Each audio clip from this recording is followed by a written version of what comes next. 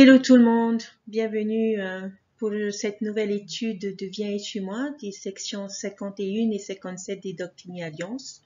Je suis Vaya Priar et je suis heureuse de pouvoir vous accueillir sur cette chaîne YouTube Écoute et prête l'oreille, destinée à pouvoir aider qui le souhaite à mieux comprendre les Écritures, à mieux comprendre cette étude de Viens et suis-moi et à pouvoir en retirer un maximum de ces écritures et de cette étude et de ces enseignements. Merci à tous ceux qui nous suivent de près, de loin. Merci pour vos messages d'encouragement, pour votre reconnaissance et votre gratitude que vous m'avez à plusieurs reprises exprimée. Ça me touche profondément et me motive à persévérer dans ce travail et dans ce partage de connaissances et d'études. Notamment de Viens et suis-moi et des Doctrines et Alliances.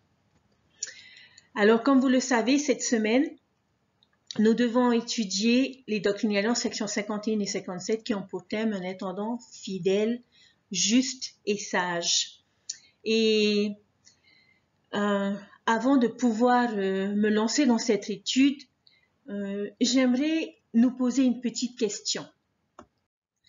J'aimerais pouvoir vous demander comment planifions-nous nos vacances? Sommes-nous le genre de personnes qui pensent à tous les détails de nos vacances, de notre voyage et qui s'efforcent de ne rien oublier et éventuellement de voir tous les endroits que nous pouvons visiter pendant notre voyage? Ou sommes-nous le genre de personnes qui aiment partir à l'aveugle et se mettre devant un panneau et choisir une destination et prendre un billet d'avion et partir?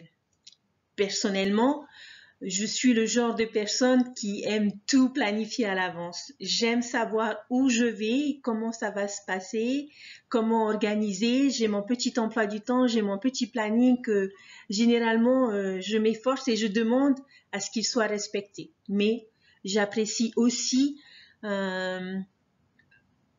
de temps en temps des moments, des expériences surprenantes qui ne sont pas prévues et que j'apprécie de temps en temps. Alors, dans notre étude de cette semaine, pourquoi est-ce que je vous demande comment est-ce que chacun planifie ses vacances? Parce que j'aimerais que l'on se pose la question, qu'est-ce que le Seigneur, comment le Seigneur désire-t-il travailler avec nous? Quel genre de personne est-il? Est-il le genre de personne où il va nous donner les choses dans les moindres détails, c'est-à-dire de A à Z, ou va-t-il nous donner des informations au fur et à mesure que nous participons à cette aventure et à cette œuvre? Alors, le Seigneur va nous donner, est le genre de personne qui va nous donner ligne sur ligne, précepte sur précepte. Et pour cela, nous allons voir une écriture ensemble. L'écriture se trouve dans 2 Néphi, chapitre 28, verset 30. Et voici ce qu'il est dit. Car voici, ainsi dit le Seigneur Dieu, je donnerai aux enfants des hommes ligne sur ligne, précepte sur précepte, un peu ici et un peu là, et bénis sont ceux qui écoutent mes préceptes et prêtent l'oreille à mes recommandations. Car ils apprendront la sagesse. Car à celui qui reçoit, je donnerai davantage, et à ceux qui diront, nous en avons assez, on ôtera même ce qu'ils ont. Cette écriture nous enseigne, chers frères et sœurs, qu'il travaille avec nous petit à petit. Cela ne signifie pas qu'il ne nous donne pas une vision de son œuvre, une vision globale, et notamment notre destination finale. Mais nous savons où nous allons parce que nous connaissons le plan du salut de notre Père Céleste.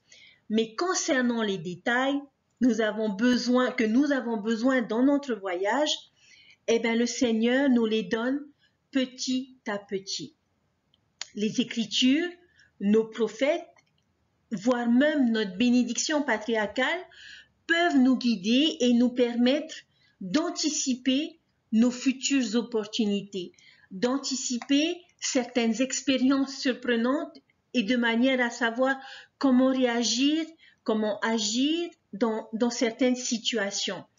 Mais quant à savoir comment est-ce que notre voyage va se passer, nous n'avons pas le détail, les précisions de ce voyage. Et en agissant de cette façon, le Seigneur nous invite à vivre des défis chaque jour. Mais pour chaque expérience que nous vivons, il nous donne des instructions au fur et à mesure que nous vivons ces expériences, au fur et à mesure que nous cherchons à vivre ces expériences. J'aimerais nous rappeler l'expérience de Néphi lorsqu'il a reçu le commandement d'aller récupérer les plaques d'airain. Dans 1 Néphi chapitre 4 verset 6, il est dit « Et j'étais conduit par l'Esprit, ne sachant pas d'avance ce que j'allais faire. » C'est la même chose pour nous, chers frères et sœurs. Nous ne savons pas d'avance ce que nous devrons faire. Nous ne savons pas d'avance où nous devrons aller. C'est comme pour le rétablissement de l'Église. Aujourd'hui, nous étudions des révélations que le Seigneur a données au prophète Joseph Smith et au sein de l'époque au fur et à mesure qu'ils vivaient leurs expériences. Il a donné au prophète Joseph Smith ligne sur ligne, précepte sur précepte, révélation sur révélation. Et voilà donc, nous allons donc découvrir l'esprit que l'on retrouve dans ces sections que nous devions lire cette semaine. Ces sections vont nous donner des vérités par-ci, par-là, et nous retrouvons les grands thèmes de cette section, notamment la loi de consécration, comment reconnaître le Saint-Esprit, comment être un intendant fidèle, juste et sage. Et ce sont des thèmes que nous connaissons déjà, que nous avons pour la plupart déjà étudiés dans notre étude de Viens et suis-moi des doctrines et alliances. Mais je souhaiterais que l'on voit ces thèmes, et avant de pouvoir voir en détail ces thèmes, que nous puissions essayer de comprendre cette idée de ligne sur ligne, précepte sur précepte que le Seigneur nous donne dans ces sections des doctrines et alliances. Alors pour ce faire, j'aimerais nous inviter à prendre nos écritures et à aller dans la section 51, les versets 16 et 17. Alors voici ce que les versets nous disent. « Et je lui consacre ce pays pour un peu de temps, jusqu'à ce que moi, le Seigneur, je prenne d'autres dispositions à son égard et lui commande de s'en aller. Et l'heure et le jour ne lui sont pas donnés. Qu'il agisse donc dans ce pays comme s'il devait y rester des années, et cela tournera à son avantage. » J'ai trouvé ces versets très intéressants, chers frères et sœurs, parce que dans ces versets, on trouve une phrase que l'on peut considérer comme ligne sur ligne, précepte sur précepte. Il est vrai que ces versets nous enseignent le principe de la consécration, mais nous devons apporter une attention particulière à cette phrase dans le verset 17 qui dit « L'heure et le jour ne lui sont pas donnés et qu'ils agissent comme s'il devait y rester des années et cela tournera à son avantage. » Ici, les saints qui devaient partir, qui découvraient le livre de Mormon, se posaient des questions quant à la Nouvelle Jérusalem, quant à Sion. Et ils voulaient découvrir davantage et le Seigneur leur avait demandé de partir et de s'installer. Et ce verset nous dit que le Seigneur a fait savoir à ses saints que Ohio n'allait pas être leur dernière destination et il ne leur dira pas non plus quand ils devront partir, mais qu'ils devraient s'installer et travailler comme s'ils resteraient là pour toujours. Alors, qu'est-ce que le Seigneur veut nous enseigner à travers cette expérience et notamment à travers les saints? Eh bien, bien que nous sachions que lorsque nous sommes appelés dans l'Église et dans l'œuvre du Seigneur pour un petit temps, pour un certain temps, le Seigneur veut, comme c'est saint, que nous nous installions, que nous prenions racine, que nous posions nos fondations de manière à pouvoir travailler là où le Seigneur nous met, tout en sachant que ce ne sera pas notre destination finale, ce ne sera pas notre dernière responsabilité. Imaginez ce que les saints ont pu éprouver après tous les sacrifices qu'ils ont faits au niveau de leur travail, au niveau de leur implantation, pour ensuite le découvrir lorsqu'on lit l'histoire des saints, qu'ils vont être à nouveau chassés, qu'ils allaient devoir à nouveau partir, et qu'il y a eu un travail d'une grande envergure parce qu'ils ont été obéissants et ils ont fait ce que le Seigneur voulait qu'ils fassent. À nous aujourd'hui, en tant que membres, en tant que dirigeants, en tant qu'instructeurs, quelle que soit notre responsabilité et notre appel, cette expérience, ces versets que l'on découvre dans la section 51 et cette expérience que l'on découvre avec les saints, c'est que c'est une façon que le Seigneur nous demande de nous engager profondément, même si cela n'est que temporaire. Beaucoup d'entre nous, parce que nous sommes appelés que pour un temps, estiment qu'ils n'ont pas besoin de complètement s'investir. Bien au contraire, le Seigneur nous demande de nous lancer corps et âme dans notre responsabilité. D'une certaine façon, il nous dit, à travers ces versets, qu'importe le temps pendant lequel tu seras appelé à faire mon œuvre, pendant lequel tu auras une certaine responsabilité, j'attends de toi que tu te donnes à fond, comme si c'était la dernière chose que tu ferais. Et ça, c'est un enseignement qui, à mon avis, devrait nous aider à prendre conscience de notre responsabilité et des attentes du Seigneur vis-à-vis de nous. Ce qu'il veut que nous fassions, la manière dont il veut que nous agissions. C'est pas juste donner un petit peu parce que je suis là, mais je sais qu'il y aura autre chose. C'est, voilà, le Seigneur m'a confié une responsabilité, m'a installé dans un appel. Et il me demande de m'ancrer dans cet appel, de bâtir, de construire ce que j'ai besoin de construire de manière à pouvoir édifier son œuvre. Et ça, c'est une façon que le Seigneur a de nous enseigner ligne sur ligne, précepte sur précepte. Parce qu'il sera en mesure de nous donner d'autres responsabilités s'il voit que dans les petites responsabilités que chacun de nous pouvons avoir, nous nous engageons pleinement, nous nous engageons fermement, nous nous engageons avec foi et nous donnons le meilleur de nous-mêmes dans notre responsabilité, dans notre participation à faire l'œuvre du Seigneur. Alors, d'après vous, chers frères et sœurs, que voulait dire le Seigneur? Bien que nous ne sachions pas combien de temps nous restons dans une paroisse, combien de temps nous aurons certaines responsabilités, combien de temps nous serons évêques, combien de temps nous serons présidents de Pieux, combien de temps nous serons présidents de la société de secours. Ce peut être pour un peu de temps, mais à travers ces versets, le Seigneur a enseigné les saints en leur disant « Vous ne savez pas quand vous partirez, mais je veux que vous vous installiez. Je veux que vous vous établissiez. » Et c'est la même chose pour nous dans nos appels.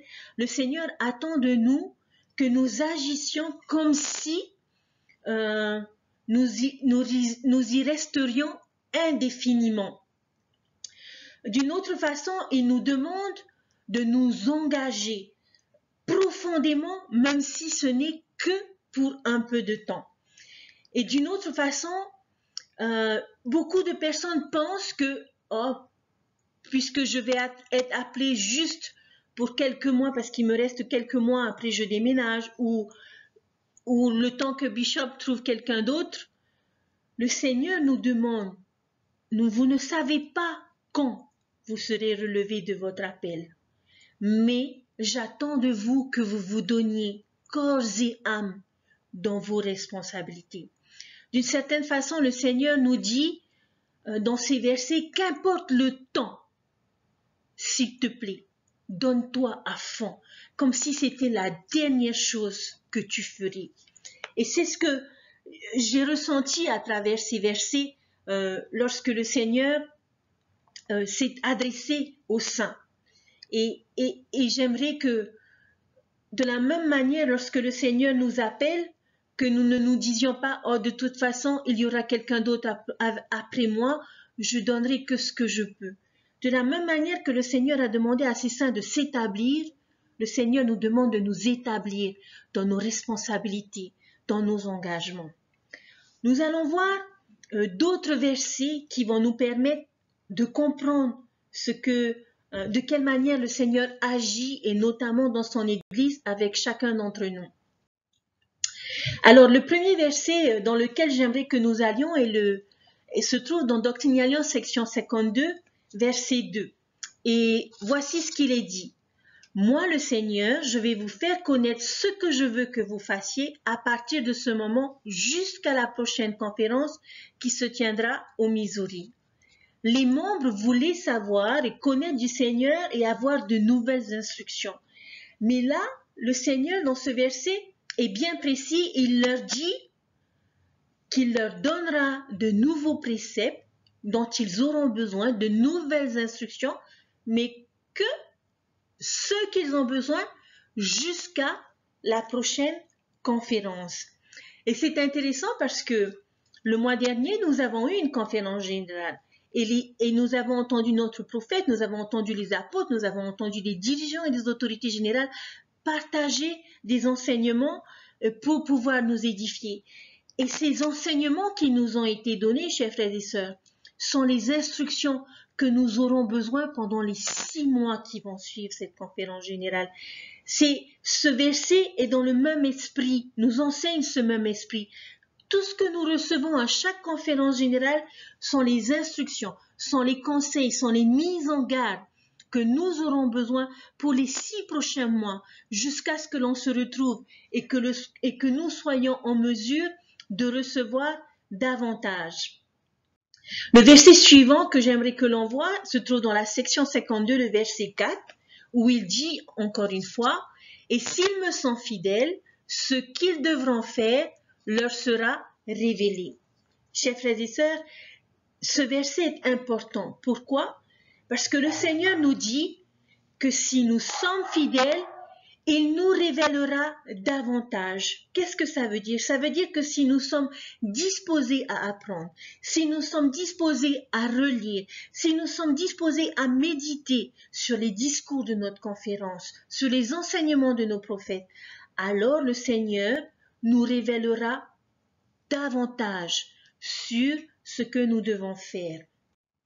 L'écriture suivante que j'aimerais que l'on voit ensemble se trouve dans Doctrine et Alliance, section 53, verset 6, où le Seigneur dit « Voici, ce sont là les premières ordonnances que tu recevras, et le reste sera révélé à un moment futur selon ton travail dans ma vigne. » Voilà l'autre condition, chers frères et sœurs, pour que le Seigneur nous donne davantage de lumière, nous donne davantage de révélation. Il nous dit « Le reste te sera révélé selon ton travail dans ma vigne. » Il y a davantage d'ordonnances parce que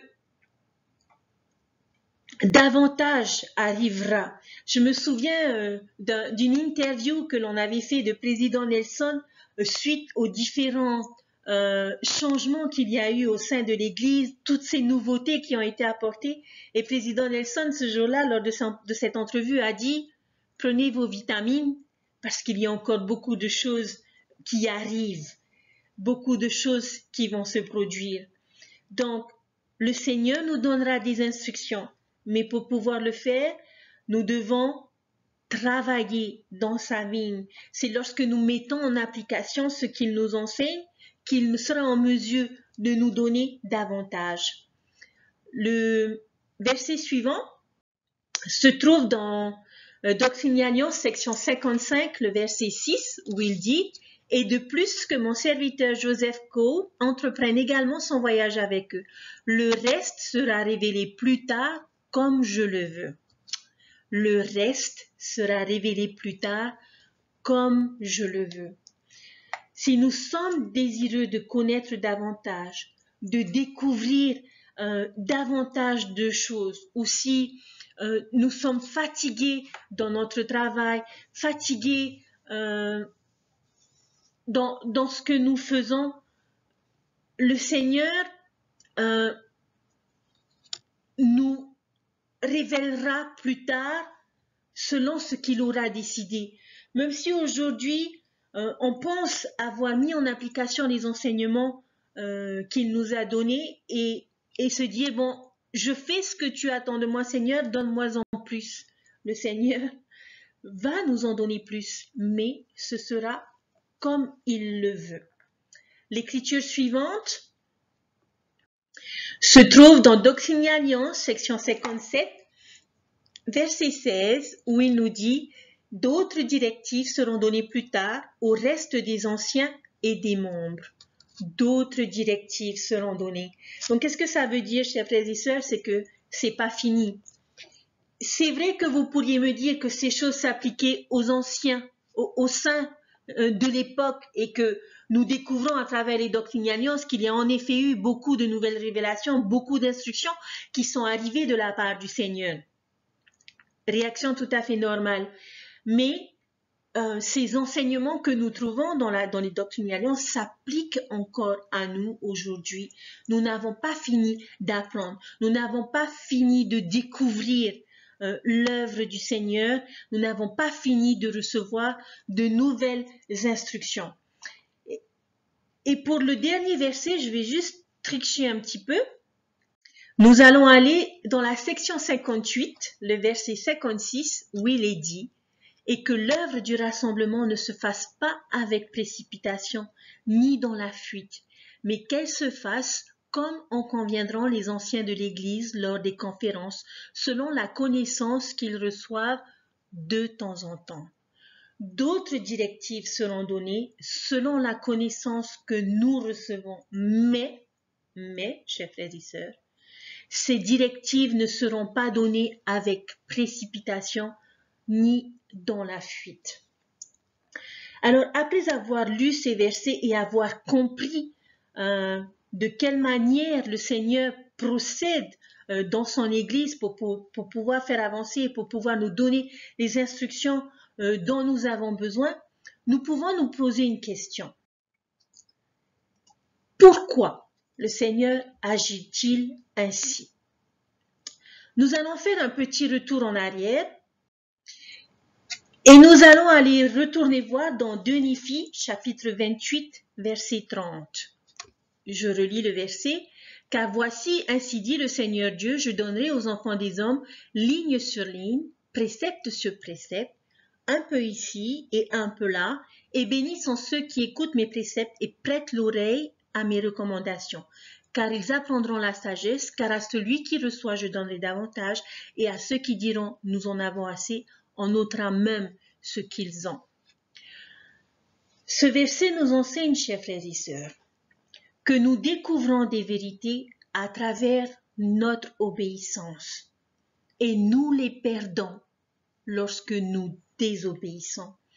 Le Seigneur veut voir comment nous allons agir face à l'enseignement, face à une vérité, face à une instruction. Le Seigneur sera prêt à nous donner davantage si nous sommes disposés à obéir aux préceptes que nous avons entendus et que nous avons déjà. Il y a une autre écriture pour laquelle j'aimerais faire référence. Et cette écriture se trouve dans Doctrine et Alliance, section 19, verset 22, qui dit ceci. « Car ils ne peuvent pas supporter la viande maintenant, mais c'est du lait qu'ils doivent recevoir. C'est pourquoi ils ne doivent pas connaître ces choses de peur qu'ils ne périssent. » Ce verset nous enseigne que le Seigneur nous donnera selon notre capacité à pouvoir vivre les instructions et les enseignements qu'il nous donne. Il nous donnera des choses simples à suivre, petit à petit. C'est comme commencer par boire du lait. Et il y aura une responsabilité qui doit accompagner notre compréhension des principes et des instructions que le Seigneur nous donne. Le Seigneur va faire en sorte que nous ne soyons pas submergés et que nous ne soyons pas dépassés par les instructions et les enseignements qu'il nous donne. Mais il va nous donner ligne sur ligne, précepte sur précepte, un peu ici et un peu là. Mais il va surtout voir notre façon d'agir et de réagir face à ces enseignements. Tu es capable de digérer une instruction, une vérité? Alors tu es peut-être prêt pour quelque chose de plus important, de plus conséquent, de plus lourd à comprendre et à mettre en application. Le Seigneur nous donne des vérités selon notre obéissance. Alors, chers frères et sœurs, de quelle manière est-ce que pourquoi est-ce que le Seigneur agit ainsi? Eh bien, tout simplement, il nous donne ligne sur ligne, précepte sur précepte, selon notre obéissance. J'aime beaucoup cette image que vous voyez à l'écran d'un homme qui escalade une montagne, parce que j'aime beaucoup faire cette analogie d'une escalade pour développer la deuxième raison pour laquelle le Seigneur nous donne ligne sur ligne, précepte sur précepte. Et cela afin que nous puissions développer notre foi. Lorsque nous faisons une escalade, nous devons avoir confiance en notre matériel, en notre équipement.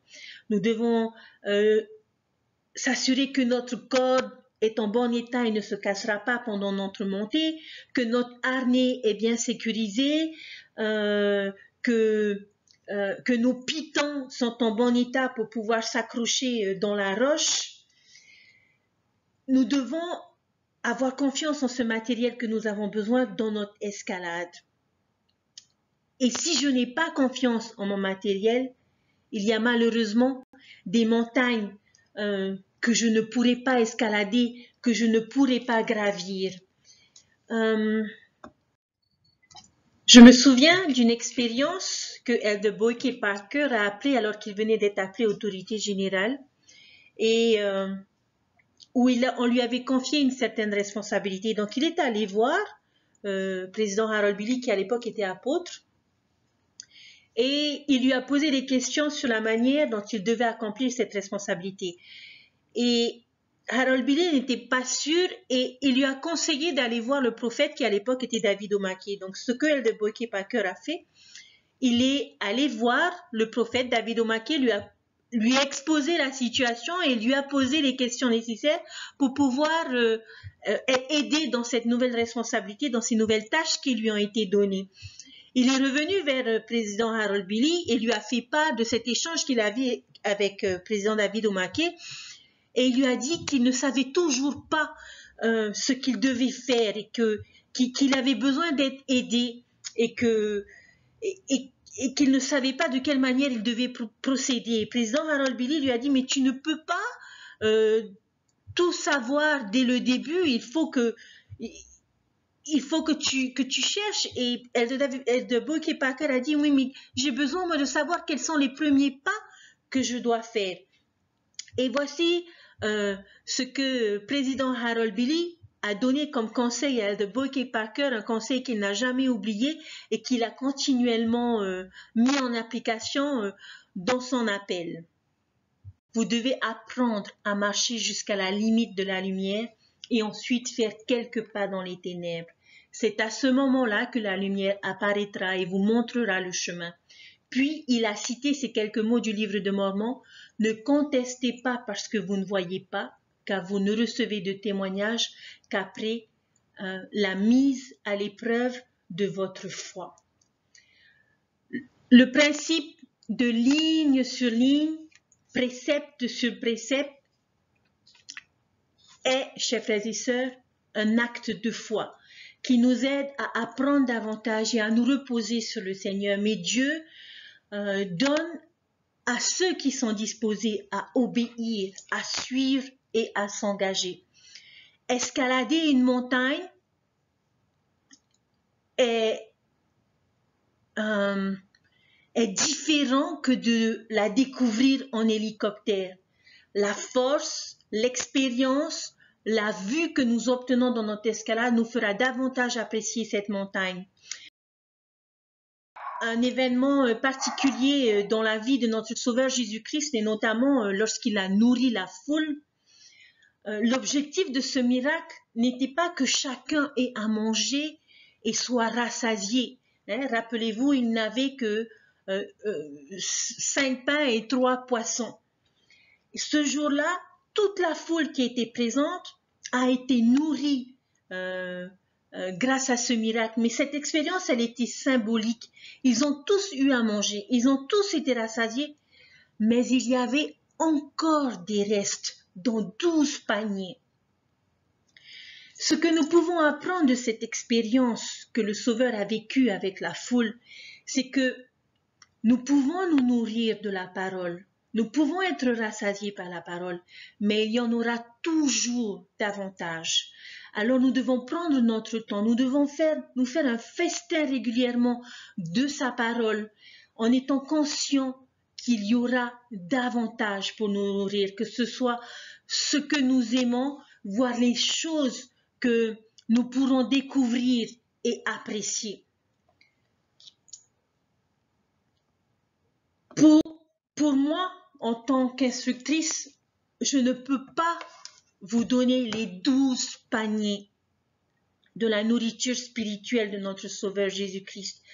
Je ne peux pas vous donner toutes les vérités qui se trouvent dans ces Écritures. Et nous devons choisir quelques-uns et les apprécier en sachant qu'il y en aura d'autres, que nous sommes en mesure de pouvoir recevoir d'autres doctrines, d'autres instructions, d'autres vérités. Et dans ces sections que nous étudions tout au long de cette semaine, il y a vraiment beaucoup de vérités. Mais je ne vais partager que quelques-unes qui m'ont particulièrement touchée, qui m'ont particulièrement édifiée.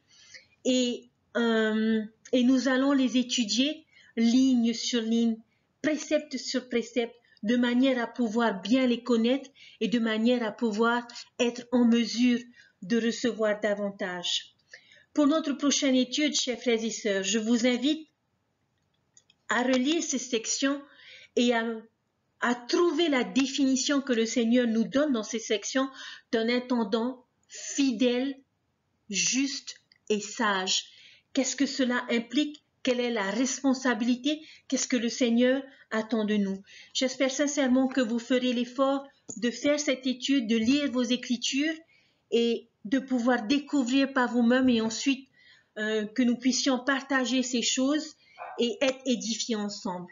Je vous souhaite une bonne étude et je vous dis à très bientôt.